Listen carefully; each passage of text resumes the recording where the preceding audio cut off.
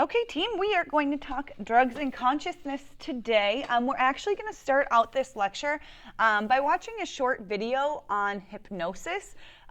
Hypnosis is something that's been studied by psychologists for a very long time.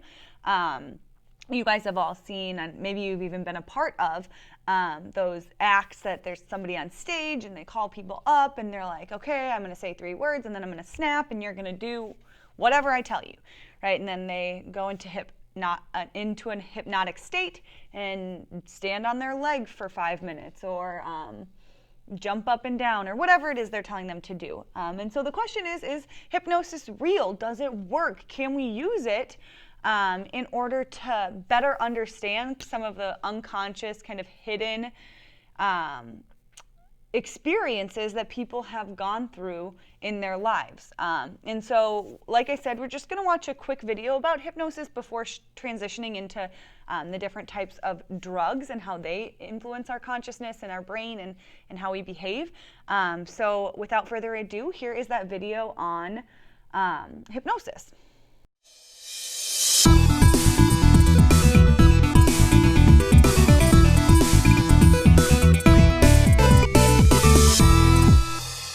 Focus your eyes on this swinging watch. You're getting sleepy. Very sleepy. And now, when I snap my fingers, you'll watch this whole video.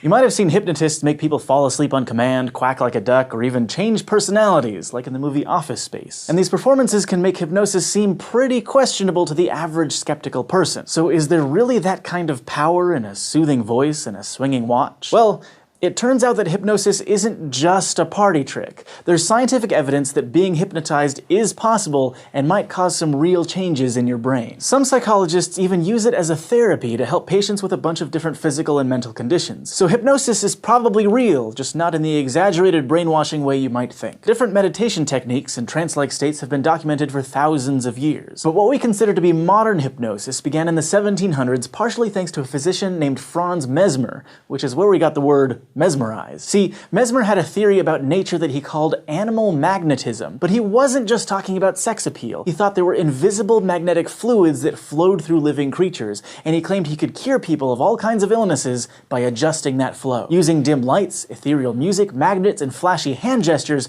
Mesmer induced a trance-like state in some of his clients and tried to balance this invisible fluid. Some of Mesmer's patients did get healthier after his treatments, but when the scientific community put the theory of animal magnetism to the test, they found that a magnetic fluid with healing powers was just not a real thing. So Mesmer and his research were discredited, and many scientists didn't give the idea of therapeutic trance-like state a second thought. At least until the mid-1800s.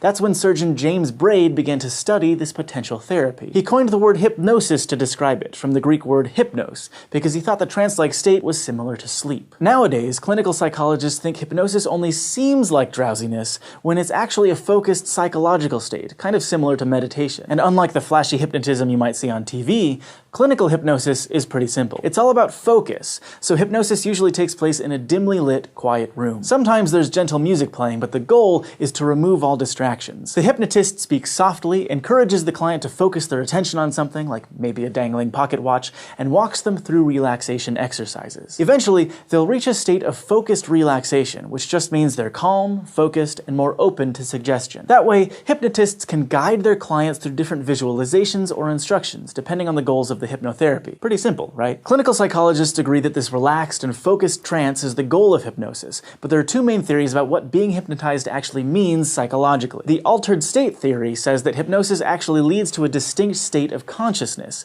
Kind of like sleep, hypnosis might be a distinct state in the brain where your mental processes work differently and you're not necessarily aware of what's happening as if you were awake. On the flip side, non-state theory says that hypnosis is more like role-playing. Instead of being a distinct state, hypnosis might be a combination of intense focus and certain expectations about what it means to be hypnotized. Basically, you're still aware and playing along. So right now, researchers need more evidence to figure out what being hypnotized means in a psychological sense, but they have found that different people are more or less easily hypnotized. Hypnosis is a voluntary process, so people have to be willing to listen to a hypnotist, focus, and relax. But researchers have estimated that around 10 to 15% of people are highly hypnotizable, meaning they slip more easily into a hypnotic state during a session. Another 20% or so are pretty resistant to hypnosis, and the rest of us fall somewhere between. It's not exactly clear what makes someone highly hypnotizable or not, but one study found evidence that it might have to do with slight variations in brain anatomy. These researchers used magnetic resonance imaging, or MRI, and found that the subjects who were more easily hypnotized had a significantly larger rostrum than those who weren't.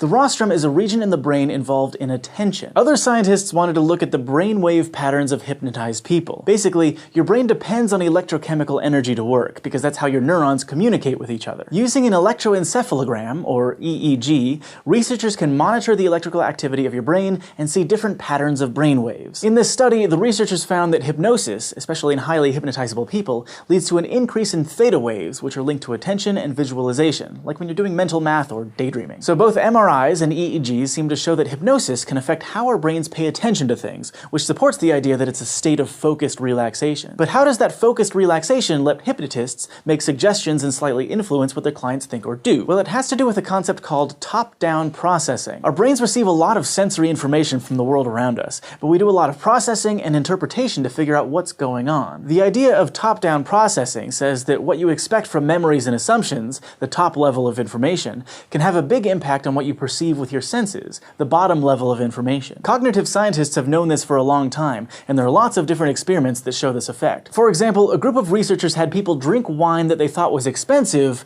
and wine that they thought was cheap. They were actually the same wine, but the people said they enjoyed the expensive one more, probably because they expected it to taste better. Not only that, but a pleasure processing part of their brains became more active when they drank the expensive wine as well. Top-down processing also explains the placebo effect. If a doctor gives you a pill and says it'll make you feel better, you're probably going to say that it does, even if the pill was actually just made of sugar. Basically, this means that because a hypnotized person is more open to suggestions, their expectations can be tweaked, which can also change the way they perceive the world. And there's scientific evidence that hypnosis can affect perception like this. Take the Stroop test, where you look at a bunch of words describing colors like red, green, and blue. But instead of reading the printed word, you have to say the color of ink the word is printed in. So if the word yellow is printed in blue ink, for example, you have to say blue. It's pretty hard to do because of the conflict in the task. Your brain is processing the words and the color of the words at the same time. So a team of neuroscientists decided to use the Stroop test to see if hypnosis could affect how people perceived the words and their colors, using a functional MRI scanner to monitor their brain activity. The researchers used relaxation techniques to hypnotize a mix of people who were highly hypnotizable and less hypnotizable. Then the subjects were given a very specific suggestion. The words they would see in the fMRI scanner were gibberish, and they had to identify the color shown as quickly as possible. A couple days after the hypnosis session, the subjects took the Stroop test while having their brains scanned. And highly hypnotizable people, who were probably more receptive to the suggestion, were faster and more accurate at picking the color of the words. Even more amazingly, there were measurable differences in their brain activity. Specifically, a brain region responsible for decoding written words didn't become activated, so their brains didn't seem to be recognizing the words as words. At the same time, their brains didn't seem to register any conflict in the task, unlike the brains of participants who were resistant to hypnosis. So it seems like hypnotic suggestion did change the subject's expectations, so they perceived gibberish instead of words and could focus on the colors. A different study by neuroscientists even found that hypnosis could block memories. The subjects watched a 45-minute film and came back a week later to be hypnotized. They were given a suggestion to forget the film when they heard a certain cue, and could have their memory restored with another cue. Then the participants entered an fMRI scanner and were given the forgetting cue. After that, they were given a test and couldn't remember the details of the movie, even though they could remember details of the room they watched it in. Plus, certain memory-related regions of their brains weren't as active as those of a control group who hadn't been hypnotized. So, like, you could theoretically be hypnotized to forget The Empire Strikes Back, so you could experience the reveal of Luke Skywalker's father over and over again. This phenomenon is known as post-hypnotic amnesia, and is actually used as a model for researching functional amnesia, like the kind that can be caused by a traumatic brain injury. So even though some hypnotists use it as a party trick, some scientists are finding hypnosis to be a useful tool for medicine and psychology. Some surgeons have used hypnosis before operations and medical treatments to reduce pain, anxiety, and help with faster recovery. Hypnosis has even been used during childbirth to reduce anxiety and pain. And hypnotherapy is sometimes used in combination with other behavioral therapy techniques for a bunch of conditions, from quitting smoking to mental illnesses like depression or PTSD. At the same time, hypnosis isn't a cure-all, and hypnotic suggestions won't help everyone. So, Is hypnosis real? Probably. But even psychologists aren't exactly sure what being hypnotized means. Some think it's a distinct state of consciousness, while others think that being hypnotized is more about concentration and expectations. Mostly, hypnosis just highlights how powerful our brains are. If you don't want to relax and be put to sleep, you won't be. But you could possibly change your perception of the world to reduce physical pain, or even force yourself to forget. Thanks for watching this episode of SciShow, and we hope you won't forget what you learned here today. If you want to learn more about psychology and the human brain, watch for our new channel coming in the spring, SciShow Psychology, which was chosen by our patrons on Patreon. If you want to help us make videos and channels like this, you can go to patreon.com/scishow, and don't forget to go to youtube.com/scishow and subscribe. That's okay, because the few that do affect our survival make up for the rest. Like not going to the toilet in your drinking water. That is an excellent meme. Memes propagate in the Go ahead and take what you want from that video. There is scientific evidence that shows that being hypnotized is possible.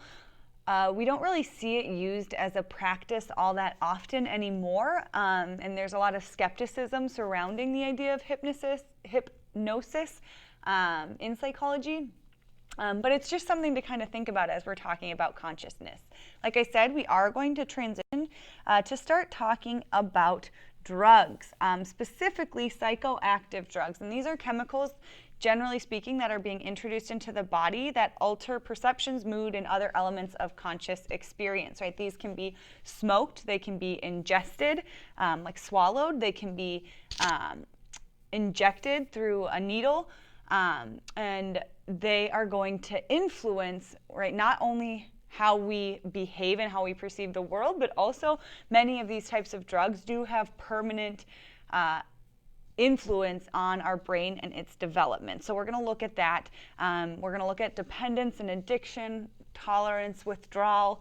And by the end of this, the goal is that you're going to take just a formative quiz check, a matching quiz, to make sure that you kind of get what drug is what are their side effects, what are the positive reasons why people would take these drugs, and kind of be able to distinguish between these. Tomorrow, we're going to be watching a documentary called Curiosity, the Body on Drugs, that's going to actually show you people on drugs and how they can perform certain tests, such as driving a car, taking a test, whatever it might be. So that's kind of what we're looking forward to. So here we have dependence and addiction. These psychoactive drugs are very harmful to the body. And oftentimes, as people use them more often and continue to use them in order to feel good or feel however they're wanting to feel from that particular drug, they're going to start to feel a dependence on that drug, right? They can't maybe feel good without the drug. Think like coffee. Coffee is kind of an easy one to identify with, especially for me, right? Oftentimes people they drink coffee and they can't like function, or they get headaches, or they feel icky if they don't have a cup of coffee. That's a dependence on caffeine, right? And oftentimes this dependence turns into addiction, right? And that you can't stop using it, right? You can't stop having coffee in the morning, because if you do, you're going to feel really crappy and you're not going to be able to perform your daily functions, right? Some of the factors that relate to addiction include tolerance, withdrawal, and an impact on daily life of that substance use. So we're going to look at those terms in a little more detail here. Tolerance is the need to use more to receive the desired effect. So saying you're smoking a cigarette, and the first time you smoke a cigarette, you get a really quick, immediate high, and you feel this kind of calm, relaxation, high energy kind of sensation, right? You fast forward a year and you smoke a single cigarette, and you just don't feel the same. So then you have to smoke 2 cigarettes to get that same jolt, that same high that you felt the first time you smoked just a single cigarette. And so that's the idea of tolerance. Your body kind of builds up this, tolerance to the drug that's being ingested. And it says, okay, well, I know how to get back to homeostasis, get back to that balance within our body when you smoke a cigarette, and my body's going to kind of get me there quicker. So in order to feel that high, I'm going to have more nicotine. and all the other stuff that's in cigarettes, which are bad for you. Don't smoke. Ew. The second one here is withdrawal, and that's the distress experienced when the high subsides. So this idea, I was talking about coffee. We'll go back to that example. Oftentimes, if people are dependent on caffeine, right, and they have 3 cups of coffee in the morning, and then they're like, okay, I'm going to cut back on my caffeine intake. And maybe they only have 1 cup of coffee, and they start to feel really icky, they feel sluggish, they get headaches. Those kind of feelings are what we tie to withdrawal. If you've ever seen like the movie Rent, they depict the withdrawal experience when Mimi stops using, I actually don't even know what type of drug she uses, but whatever drug she uses, she stops using it, and she's sweaty, she's shaky, she's sick, she's nauseous, right? And ultimately, that's kind of what we're talking about when we talk about withdrawal. Now, dependence as a whole, right, is generally kind of a broad idea, right, when we're talking about dependence on a drug. This can be using more than you intended. This is persistent failed attempts to regulate use, like you use it, but you can't really stop using it. Like you have 3 cups of coffee and you're like, oh, it's not that bad, but I could stop having 3 cups of coffee if I wanted, but you can't, right? Much of the time is spent preoccupied with the substance, obtaining it, recovering it. This is a lot of like drug addicts, meth addicts, cocaine, heroin addicts. They focus so much on how do I get this drug so that I can feel this high again, right? That's the primary function of their life. Important activities are reduced because of use and continued use despite aversive consequences, right? Think about like alcoholism. Oftentimes people drink a lot and they behave poorly. They're mean to people. They cry a lot. They get violent, right? And they know that's wrong and they would like to stop, but they don't, right? Even though there's bad consequences and they ruin friendships and hurt people, right? They don't stop drinking alcohol. So that's what we're talking about when we talk about dependence. Tolerance, just in a deeper kind of sense, this basically feeds addiction because users take increasing amounts of the drug in order to get the desired effect. You can kind of see that in this graph. The drug dose is at the bottom and the effect that they feel is at the top, right? At the first time they're exposed to the drug, right, they get a higher or bigger effect on a lower amount of the drug than they do after repeated exposure. Now, another kind of term that you will need to know, write this one down, neuroadaptation, right? Brain adaptation. Neuroadaptation, that's one word, and it refers to the process whereby the body compensates for the presence of a chemical in the body so that it can continue to function normally, right? You put whatever, like a dose of cocaine into your system, the first time your body's like, whoa, what is this? Like, and it responds and you feel the high pretty quickly, right? And after you've done it a few times, your body's like, okay, I know how to handle this, and it kind of regains that chemical balance within your body quicker. And that's why, because of neuroadaptation, that's why you need more of the drug in order to feel that same high. I mentioned withdrawal. This is just one kind of written depiction of what withdrawal is like. Like this says, withdrawal worsens addiction because users want to resume taking the drug to end the symptoms. So back to coffee, right? I want to stop drinking coffee so I don't drink it in the morning and I get a really bad headache. And I know that if I just drink a cup of coffee, I'll feel a lot better. And therefore, it makes it more difficult to stop drinking coffee because I don't want to feel like crap, right? So here, this example is somebody from the University of Minnesota who is a recovered addict, and this is kind of their story, Ian's story, of what he went through. So in the moment, when you are experiencing the first few stages of withdrawal, even though you know that the worst that's going to happen is that you will feel like you have the flu, there's a psychological piece, and it is so terrifying and so disconcerting. You know that there's a cure, and you know that it's out there, and that's why people will go to such lengths to quell those withdrawal symptoms. Even though it's ridiculous and it's weak and it's pitiful, in the moment it really seems like it's the worst thing that could ever possibly happen. Isn't that weird? So again, Ian's talking more about like the psychological withdrawal of stopping using any particular substance, but there are in fact physical withdrawal symptoms as well. He references feeling like you have the flu, and those kind of just feeling icky, right?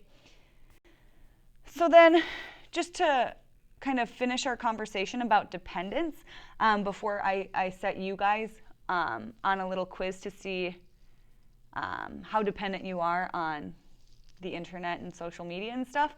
There are two types of dependence, right? Physical as referenced, and then the psychological dependence, right? That's what Ian, the recovered addict in that last slide, was referencing.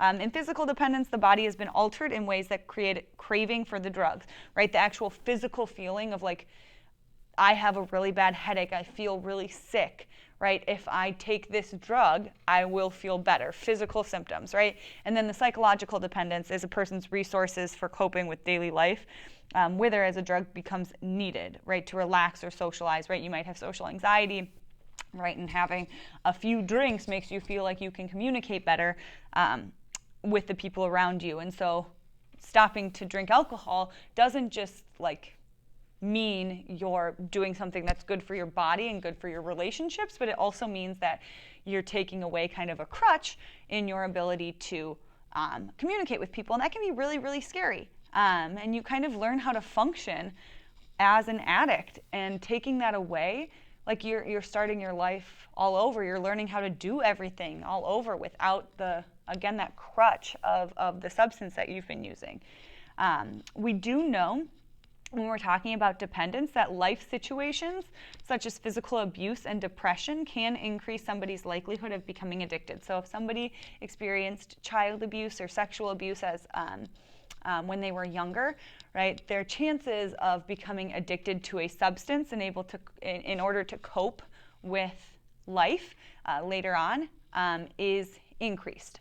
So just something to kind of think about. So what I'm going to have you do now, I want you to go ahead and go through these questions truthfully. So you're going to answer 1 through 5 on a scale of 1 to 5. These are specifically talking about the internet. They're kind of dated. How often? So like, think about social media. Right. This first one. How often do you find that you stay on social media longer than you intended on Instagram or TikTok? Right. Rarely. Always.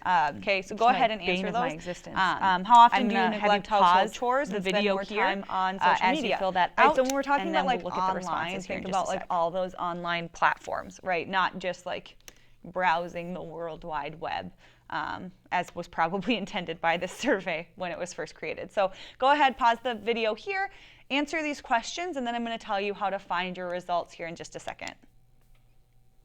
Okay, so what you're going to do, you're going to add all those numbers up. And we know that the total scores are going to range from 200 or from 20 to 100.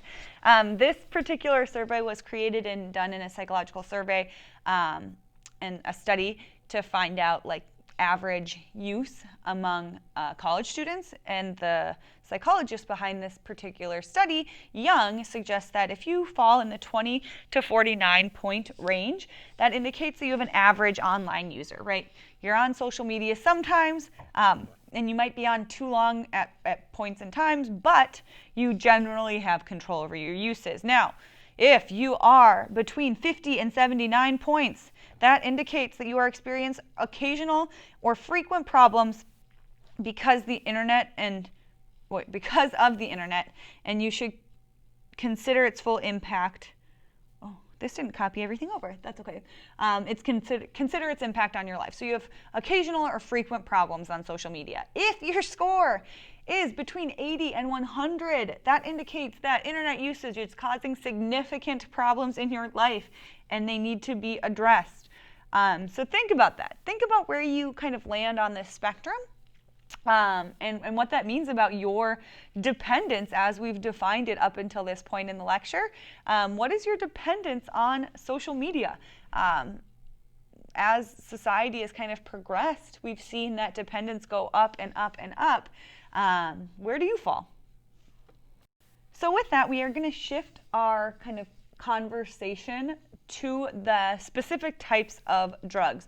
We have depressants, stimulants, and hallucinogens, right? Those are kind of our three main categories of drugs.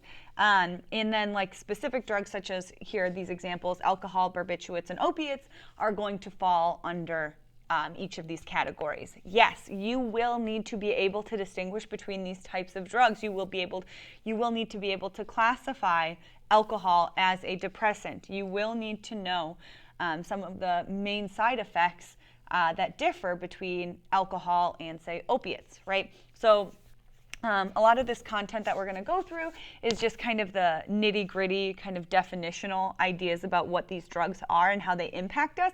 Tomorrow you're going to actually see that in action when you watch the documentary and do the guided viewing sheet. So just recognize that depressants here are chemicals that reduce neural activity and other body functions, right? One thing that's kind of tricky, oftentimes, like when you think about alcohol specifically, people drink alcohol to like go out and party and have fun and get excited and go crazy and whatever, get lit. Yeah, look at me, trendy Miss Ellis, get lit. Sorry, I apologize for myself. But while that is true about why people choose to drink alcohol, it actually is classified as a depressant, which means it is reducing the neural activity. When you have a beer or a glass of wine, your brain starts functioning at a slower rate. And so it's not actually a pick-me-up, right? So there is a little bit of kind of not, what is the word? It's not super intuitive, right? So obviously this cartoon, that is not one of the 7 habits of highly effective people, drinking a beer in the morning, right? The other guy's drinking coffee. So here we go. Whoa, what's this thing? Why is there a... Okay, hold on, let me go ahead and fix this. Okay, there you go. So when we talk about the effects of alcohol use, like we said, alcohol is a depressant, right? It slows down our neural processing. It slows down how our brain functions. So here, obviously, these are kind of the 3 main impacts, right? Slowing neural processing, right? Reduced sympathetic nervous system. We don't get aroused as easily. It also slows down our thought and physical reaction time. That's why drinking and driving is so dangerous, right? Because our reaction time is so slow. And we're unable to actually make adjustments on the road as we need to. It also reduces memory formation because when you drink alcohol, right, it impacts your REM sleep. We talked about the sleep cycle. And so when we're not getting into that deep REM sleep, we are not kind of consolidating all of our memories as we naturally would. It also reduces the synaptic formations that are being made within our brain. So like those connections that would normally form during REM sleep are not doing so. And then lastly, impaired self-control. This is kind of the common one that we think about when people are drinking alcohol, right? Impaired judgment, impaired self-monitoring, lack of inhibition, increased accidents and aggression, right? Our prefrontal cortex, which in you guys, as you know, teenagers is not fully developed yet, right, is even more dysfunctional when alcohol is introduced into the system, right? We don't make very good decisions. People get in fights. People are overly emotional. Right, and that's kind of that impaired self-control. You can see here on the right, you can see what the brain actually looks like and how it's permanently impacted by alcohol abuse and alcohol dependence. So the top one is a scan of a woman without alcoholism, right? The brain is full, it looks pretty normal. And then on the bottom, right, you can kind of see, let's see if I can highlight, right, these, that's not a very good highlight, but these this butterfly area of the brain that is in fact larger, and that's empty space. That's area of the brain that isn't growing and being well maintained. So this is obviously something that is detrimental long term and it impacts your brain in a long-lasting way. The last kind of piece to think about is that when people have studied alcohol use, there is an expectancy effect, right? People who are put in a placebo group and people who are told to like drink alcohol, right? Those that are in the placebo group that actually think they're drinking alcohol, but they're not actually drinking alcohol, will have the same kind of reaction to how they're behaving. So they're going to have impaired self-control. And so part of this really is kind of in the brain and thinking about what drinking alcohol does to us. But we know that alcohol has long-term consequences to our brain development. The next depressant that we're going to talk about are barbiturates. And now barbiturates aren't super common anymore. We see more like pills like benzos and Valium and Xanax, which are more like sleeping pills and anti-anxiety medications. Those are more that are what are on the market. Not so much these Nembutal, Seconal, and Amytal, right? But these barbiturates are tranquilizers. They're drugs that depress the central nervous system. They make you feel less. They make you go to sleep. They calm you down. Again, the goal is to reduce anxiety, induce sleep. But the problem with them, if they're taken in excess, right, is it reduces memory, judgment, and concentration. It can lead to death when combined with alcohol. So when people like overdose on over-the-counter medication, it's generally after they've been drinking and then they take too many of the sleeping pills, and the combination can be lethal. Like I mentioned, these barbiturates aren't widely used anymore in the medical profession because of their danger, but benzos or benzodiazepine is what has kind of replaced these barbiturates. Doctors are prescribing these barbiturates less, and illegal use of barbiturates has like substantially declined, but we know that barbiturate abuse among teens may be on the rise compared to the early 1990s because they're relatively easily accessible because parents have them in their medicine closets and whatever. So barbiturates, tranquilizers, these are, again, depressants. They slow neural processing. And then the last one, the last depressant we are going to talk about are, in fact, opiates, and these are highly addictive depressants. These are things like heroin, morphine, opium, right? All of these depress the nervous system activity. They reduce anxiety, and the major reason that people have these or use these is to reduce pain, right? So morphine was a drug that was used predominantly during World War II, and soldiers would be given morphine like on the spot because it reduced pain very quickly, but it's also highly addictive, and they didn't know the long-term consequences that morphine would have and that addictive property of it. All they knew at the time was that it relieved pain, and so they used it on soldiers, and as soldiers started to come home, many of them showed severe withdrawal symptoms. And opiates are one of the drugs that withdrawal symptoms can, in fact, lead to death. So generally speaking, if somebody's going through severe withdrawal, they have to be in like an institution or a hospital so that they can get lessened doses over time so that their body doesn't completely shut down. When opiates are taken in a high level dose, that's when people get the high. The reason that they cause these euphoric feelings is that they work at the receptor sites for the body's natural pain reducers. So they block the reuptake of endorphins. So your brain is flooded with endorphins, right? And therefore, those endorphins act as painkillers, and therefore you feel less pain, right? Heroin, fentanyl, hydrocodone, oxycodone, are all kind of those drugs that fall under opiates. Again, these are depressants, right? They slow down neural processing, and therefore they classify as a depressant. They're highly addictive, and they're generally used as pain relievers.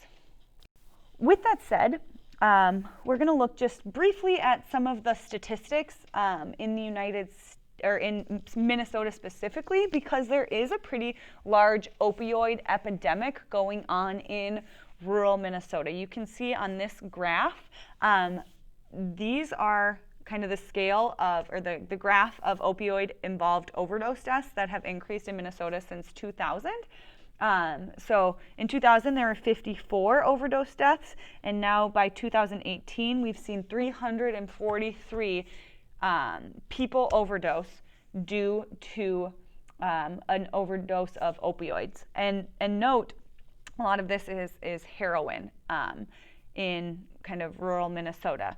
That a lot of these people are teenagers that are working to get a high.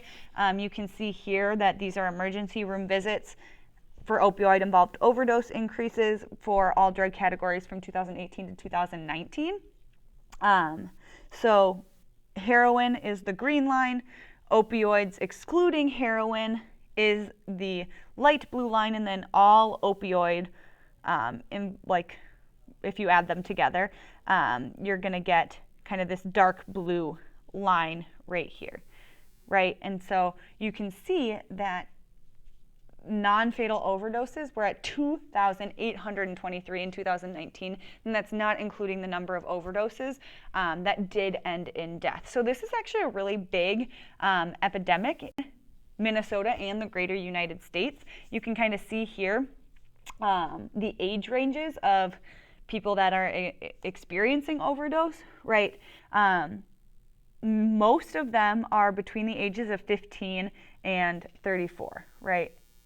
That's where we're seeing the biggest numbers of overdoses.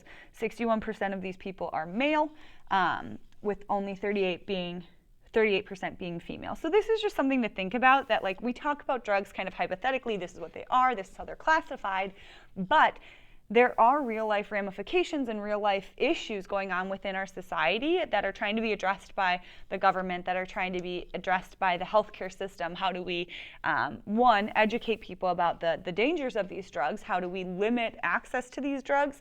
And also, how do we help people overcome their addictions in a healthy, safe way to alleviate their dependence on these drugs? So there's a lot of different kind of approaches to how we address these issues, but it is important to recognize that they're not just like these hypotheticals. They're greatly widely misused throughout the United States. So with them, we're going to transition and look at stimulants. So again, we were talking depressants, alcohol, barbituates, and opioids. Now we're on to stimulants. Stimulants are drugs which intensify neural activity and bodily functions, right? So everything kind of goes into hyperspeed. Some of the physical effects of stimulants: dilated pupils, increased breathing and heart rate, increased blood sugar, and decreased appetite. And then kind of your examples, we have caffeine, nicotine, amphetamines, cocaine, and ecstasy. These are all examples of stimulants, which we are going to talk about individually here as we move forward. So I started this whole conversation giving an example of dependence on caffeine. And so we're going to talk about that, right? Obviously, caffeine adds energy, right? People who drink it in the afternoon oftentimes have a difficult time sleeping because it disrupts sleep for 3 to 4 hours after you consume it. So if you have a cup of coffee at 6 o'clock in the evening and you try to go to bed at 9 o'clock, it's probably going to be pretty difficult. Ultimately, caffeine can lead to like pretty minor withdrawal, comparatively speaking, if used daily. So if you have like 2 or 3 cups of coffee every day and you try to limit that use, you might start to, as I kind of referenced before, feel headaches, irritable, fatigue, a hard time concentrating, depression, right? And so these are all withdrawal symptoms that make it really difficult to stop your dependence, right? And again, tolerance, right? If you have 1 cup of coffee every day for a year and you're starting to feel like kind of sluggish, so then you start having 2 cups of coffee every day until all of a sudden you're like my good friend Jake, who has about 6 cups of coffee a day. And that's what it takes to get you awake and get you up and at 'em. I will say that my friend Jake just really likes the taste of coffee, and he actually drinks a lot of decaf coffee too. So don't hold it against him. He's not addicted to caffeine. But there are withdrawal symptoms that go along with caffeine, but people drink it anyways because it's pretty mild, and generally speaking, it increases your energy levels. The next one we're going to talk about is nicotine. Ew. Gross. Smoking. All of this stuff is bad for you. Obviously, don't do drugs, but like for some reason, people think like vaping and smoking is like, oh, it's not that bad. It is that bad. It's gross and it's dirty. It's bad for your lungs. It's bad for your brain. It's just bad for your body, and it's addictive. So don't vape, don't smoke. Blech. I'll hop off my soapbox here. So nicotine is, again, a stimulant, right? It arouses the brain to a state of increased alertness. It increases heart rate. It tends to relax muscles and triggers a release of neurotransmitters that may reduce stress, reduces circulation to extremities, and suppresses appetite for carbohydrates, right? So oftentimes people who smoke lose a lot of weight, and if people quit smoking, they tend to gain weight, and a lot of that is because of the decreased appetite of this stimulant classified drug. The main side effect of nicotine, which obviously is found in cigarettes and also in vaping products, is addiction, right? Obviously there's like a whole plethora of other like chemicals and gross stuff in these cigarettes that are terrible for you, but nicotine is the addictive property. So the question then is, why do people smoke, right? A lot of people smoke because they're invited by their peers, they're influenced by culture and media, right? They see pictures of people vaping, they see pictures of like cool celebrities smoking cigarettes, Robert Pattinson, whoever. I don't know, is Robert Pattinson still cool? Like, I am a Twilight fan, so like I like him because like Team Edward forever, but like he smokes a lot, which is gross. But anyway, back on track.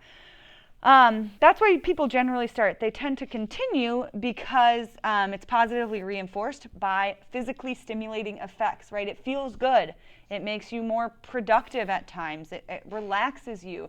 Like, a lot of people say that they smoke and they meet people out and, like, you know, you go outside to smoke a cigarette and you're like, hey, can I get a light, right? We've all seen it in movies or whatever. People say that that's like kind of a physical or physiological, what am I saying? Psychological reason that smoking can be beneficial. They like have like a little pack of people that they are like, oh, you're a smoker, I'm a smoker. Let's go chat outside by the smoking section. Like, I don't know. And then the reason they don't stop is because after regular use, smokers have a difficulty stopping because of withdrawal symptoms such as insomnia, which is the major one, anxiety, distractibility, and irritability. But like, it's really difficult to stop smoking because it's really difficult to sleep. And when you can't sleep, you can't do your job, and so you just keep smoking. Fun fact, my dad used to smoke. He also ran marathons. But when he found out that my mom was pregnant with me, he stopped cold turkey. So yay, Dad. He's cute. I love my dad. So there, nicotine, cigarettes. Nicotine is classified as a stimulant with caffeine. Next up, we have cocaine. Cocaine, again, another stimulant, right? It increases our neural activity and like the intense experience of consciousness that we're going through. Generally speaking, cocaine institutes or instigates a feeling of euphoria, right? And that euphoria is short-lived, right? It's intense and it's pretty quick, but it lasts for about 45 minutes. And it does this by blocking the reuptake of dopamine, serotonin, and norepinephrine, right? So basically it says like all of the serotonin, the dopamine, and the norepinephrine that our brain is releasing, cocaine goes and acts as a SSRI, right, that serotonin reuptake inhibitor, right, if you remember back when we were talking about neurotransmitters, because, again, it blocks the reuptake of these hormones and these neurotransmitters and keeps them in your brain. And so it tricks your brain into, like, having high levels of dopamine and serotonin in your system so that you feel euphoric, right? You feel this high from the cocaine in your system, right? And do note that cocaine can be both inhaled, smoked, or injected. Cocaine is also known as crack. Crack is the version of this drug that can be smoked. And the body does, in fact, habituate to this drug. We talked about neuroadaptation. That's that habituation process, like, okay, I've got cocaine in my system, my body knows how to reestablish homeostasis, and therefore I need to increase my dosage in order to get the same high. So then what happens once you've taken the cocaine, right? Your euphoria crashes and the state is worse than before. So like you're feeling okay, you have some cocaine, you feel euphoric, and then you drop down to a far lower level, right? So if we're looking at this, right, here we are, we're at a normal state, we take our cocaine, we get on a major high, and then we drop here and we're feeling really low, right? That can be agitation, depression, and even pain, right, from that withdrawal of not having the drug in our system. Like I said, users develop a tolerance over time. These withdrawal symptoms get worse, and people have to take more of the drug to not feel the withdrawal system or the withdrawal symptoms. Cycles of overdose can sometimes bring with them convulsions, violence, heart attacks, and death. So this is one of those drugs that we see common overdoses. There is fatal ramifications for misuse of this particular type of stimulant, okay? So there you have cocaine. Moving on then to meth. Again, methamphetamine is a stimulant, right? It increases neural activity, and unlike cocaine, meth triggers a sustained release of dopamine, and basically you have like a long-term euphoric high energy experience, right? So cocaine is like short-lived and intense. Meth is more of like a long-term stable high. You can see from this picture that there are like clearly long-term effects of abusing meth. Meth addiction oftentimes is one of those drugs that becomes all-consuming. It's like I am either on the drug or I'm doing something to make money so that I can go buy the drug. I'm going and buying the drug so that I can do the drug. Like that's all that people think about. And you can see from this picture that there are like severe physical ramifications to that behavior, right? In 1998, this woman looked relatively normal and healthy, and by the end, her skin is graying. Her teeth are decaying. Her hair is really unhealthy, right? Increased wrinkles and just like an overall just not healthy looking vibe. Once kind of you've taken meth and you've had kind of this long-term high, what happens next is irritability, insomnia, seizures, hypertension, violence, depression. So like, again, you have this more like, okay, here I am, I'm stable, I take my meth, I'm on a long-term high, and then when I come off that high, I'm way down here, and I'm feeling really, really terrible, right? And that's why people want to continue doing the drug, because they don't want to feel all that, the icky part of the drug, the negative consequences of the drug. So meth, again, and any other amphetamine, really, methamphetamine is the most commonly used across the world, but there are other types of amphetamines, is a stimulant. Next, we're going to look at ecstasy and MDMA. They are essentially interchangeable. There are like pretty minor like chemical differences, which like it's been a while since I took like chemistry and balanced equations and atoms and neurons and stuff. I don't know, but they're essentially the same thing. And ecstasy is a synthetic stimulant that increases dopamine and greatly increases serotonin. So it makes you feel euphoric. Sometimes it can lead to hallucinations. So ecstasy, while it's a stimulant because it increases neural activity, it can also be like classified as a mild hallucinogen and an artificial feeling of social connectedness and intimacy. That's why the drug is nicknamed ecstasy, right? Ecstasy in the dictionary means like joy and pure happiness, and that's what people say that they feel, right? Generally, when we're talking about ecstasy, we know that the increase in serotonin that's in the brain is caused by an increase an increased release and blocked reuptake, right? It's not just one or the other. So ecstasy like tricks your brain into producing more serotonin while also blocking the reuptake of serotonin. So you get kind of this like multiplied impact. It's not just blocking the reuptake of serotonin, it's also producing more. So it's trapping more serotonin in your brain to make you feel good, but it's short-lived and it's just for the moment. So after, in the short run, right, generally people have like regretted behavior because they tend to be more sexually promiscuous. They tend to do things maybe they wouldn't have done before. There's severe dehydration that comes along with doing ecstasy, overheating, high blood pressure. And once you make it past that, you may actually like long-term damage serotonin-producing neurons that cause a permanently depressed mood. So if you do ecstasy enough, like your body can't fully cope with the increased serotonin levels, so then it starts producing less to compensate, and that like decreased production of serotonin can actually be permanent and long-term.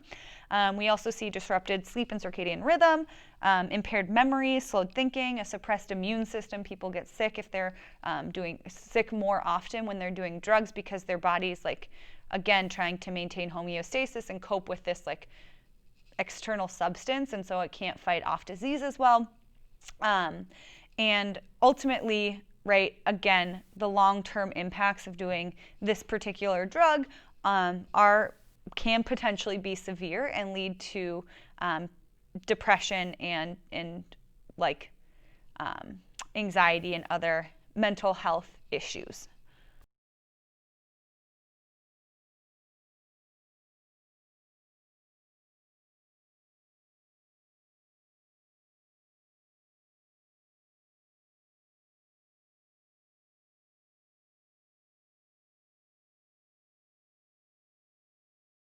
So our last classification of drugs are going to be hallucinogens, and this is going to be LSD and marijuana.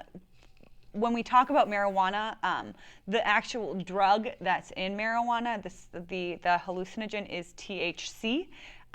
So like the common terminology for the drug is marijuana, but like the actual chemical drug is the THC housed within marijuana, kind of like nicotine is in a cigarette or in vaping stuff.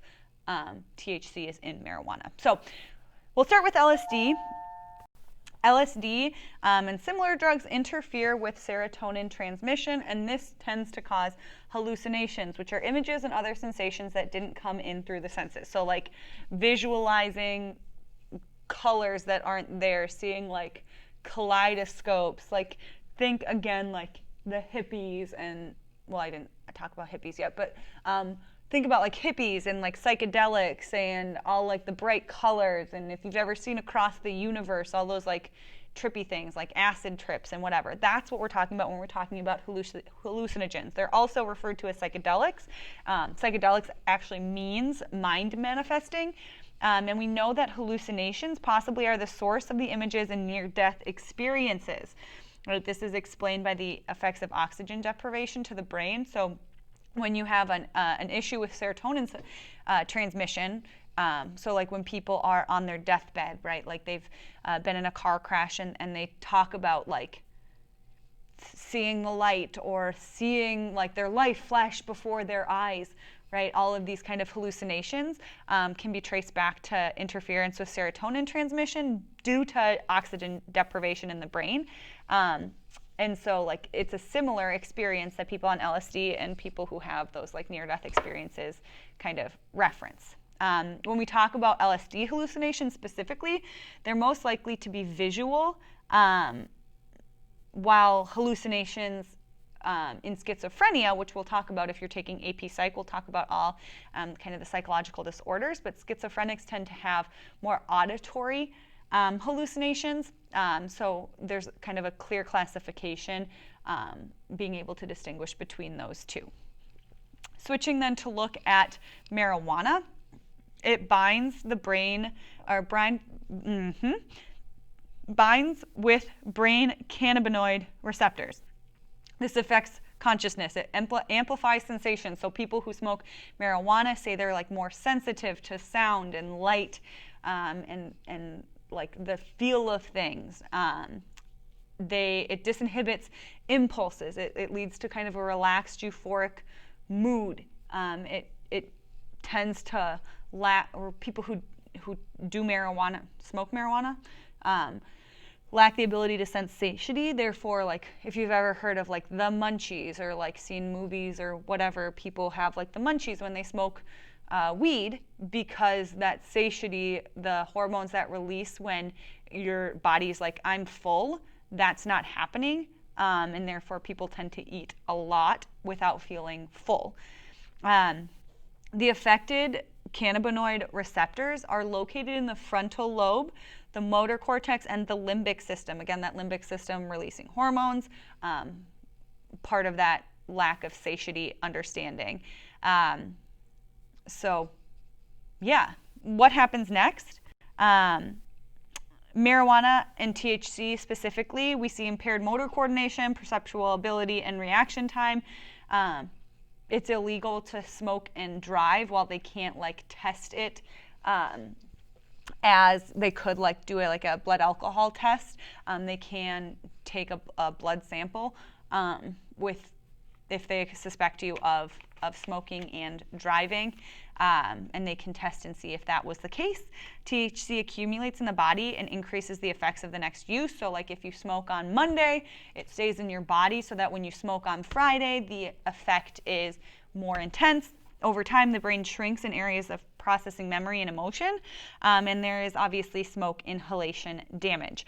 I don't know if it's interesting, but like a fact about LSD, they looked at a bunch of like hippies who like consistently did LSD and other hallucinogens like during their youth, and they said that the LSD actually can be stored in cavities within your spinal cord, and people have reported like cracking their neck or cracking their back like 20, 30, 40 years later, and having like a release of that LSD back into their system and experiencing hallucinations without actually taking the drug, because it had been stored in their spinal cord for that amount of time, and just cracking the neck and popping open like this cavity that the LSD was being housed in